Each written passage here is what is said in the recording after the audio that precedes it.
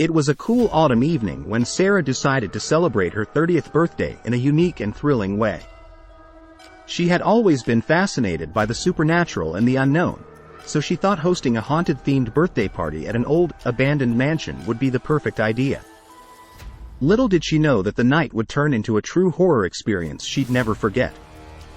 Sarah had rented the mansion for the night and had invited her closest friends, all of whom were excited about the eerie ambiance she had created.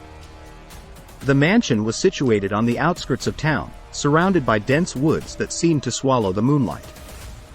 As the party kicked off, guests arrived in costumes that ranged from classic monsters to modern horror icons. The mansion's grandeur was unmistakable, with towering ceilings, creaky wooden floors, and antique furniture covered in dusty sheets. The flickering candlelight cast eerie shadows across the walls, enhancing the atmosphere.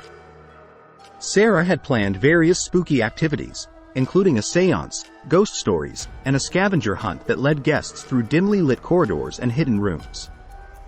As the night wore on, guests began to share their own encounters with the supernatural, each tale more chilling than the last.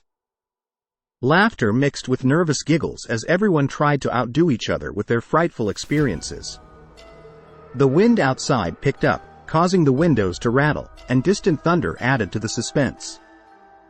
During the seance, the group gathered around a makeshift Ouija board. Sarah's friend, Jake, joked about summoning spirits, but the laughter ceased when the planchette seemed to move on its own, spelling out cryptic messages that sent shivers down everyone's spines. Nervous glances were exchanged as uneasy whispers filled the room. As the clock struck midnight, Sarah announced the final activity, a dare to spend an hour alone in the mansion's old nursery, rumored to be the most haunted room. The prize was a small chest of treasure she had hidden earlier in the evening. Bravely, guests stepped forward one by one to take on the challenge. When it was Jake's turn, he entered the nursery with a cocky grin, but his confidence quickly faded as the door slammed shut behind him, locking him inside. Panic spread among the guests as they struggled to open the door, only to find it stuck fast. From inside the room, they could hear Jake's muffled cries for help, growing more desperate by the second. With combined effort, they managed to force the door open, revealing a pale and trembling Jake, who swore he had felt icy fingers grip his shoulder and heard sinister whispers surrounding him. The once jovial atmosphere had turned tense, and guests were no longer sure whether they were experiencing elaborate pranks or genuine paranormal occurrences. As the night drew to a close, the guests departed, shaken but intrigued by the events of the evening.